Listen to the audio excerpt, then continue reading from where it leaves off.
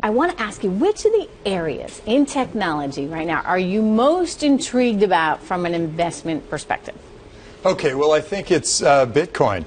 Bitcoin? I think it's Bitcoin because I think Bitcoin really has the potential it and other virtual currencies have the potential to transform the world pretty much the way the internet did way back when.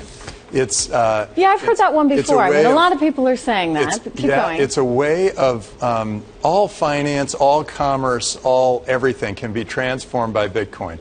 And it's like one abstraction past where we are today.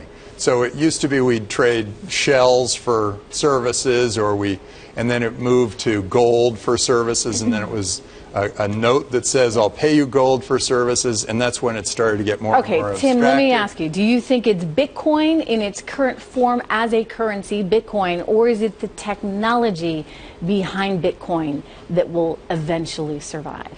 Well, it turns out in any industry there's always some movement, and there's a possibility that there are other types of coins that become more prevalent. But most of the entrepreneurs, most of the Boost companies, my son's Boost incubator, most of those companies are all building their infrastructure around Bitcoin. The reason I asked the question is Bitcoin has gotten so much negative publicity that you can't help but start to make the comparison to Napster. In other words, Napster was doing a pretty great thing when it started out, but it got saddled with a ton of legal lawsuits and threats of people going to jail. I mean, if you think about it, kids were downloading and sharing music files, and their parents were getting hit with lawsuits that could potentially bankrupt them. So consequently, the industry started to shift away from that, and they found a legal way to do this. I mean, you look at Bitcoin and the association it's had with things like Silk Road, for example, and the extreme fringe libertarian groups. And I only ask, will Bitcoin, with all this negative baggage, be able to survive all that? Yeah, I think it will. I mean, the internet itself had the same kind of weird baggage around it. There was pornography going across on the internet, and there were issues of security, like we talked about earlier. And there were many issues as the internet was getting built. And we got more and more comfortable with it, it became a bigger and bigger part of our lives, and I think the same thing's going to happen with Bitcoin. Well, how much money are you or your son investing in it right now? Well, I have some Bitcoin, and I have investments in a number of Bitcoin companies, and I think that in general, and they're trying all different sorts of things. One's an insurance company, one is a way to use Bitcoin to buy things off the web, anything you need, just use Bitcoin.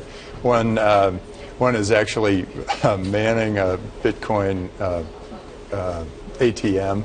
I mean, the only reason I ask is because, you know, you, Mark Andreessen, Fred Wilson, a number of people in the VC space have touted this and said this is great. But then when Bloomberg investigated the total number of dollars that are actually being put to work here, it came up with about 110 million, which Still in the scheme of small. Things, it seems pretty small if there's all this enthusiasm.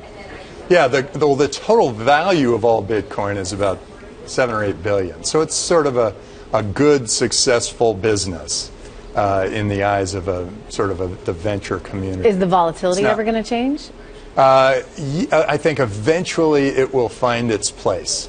But it's going to be volatile for a long time. But I'll tell you, it's a lot less volatile than, say, the currency in Argentina or the currency in... Well, that's an interesting point. I mean, so if you're someone who's living in a country that's dealing with crazy fluctuations in your own currency, then something like Bitcoin is, in comparison, going to look stable. Well, not exactly stable, but maybe a hell of a lot better than some of these other currencies. At least there's hope. If you're, you know, you've got the U.S. dollar, you don't have to worry about a 30% price fluctuation in the span of a week or two. Yeah, that's true, and I think it's going to bounce around for a while, and I think people are.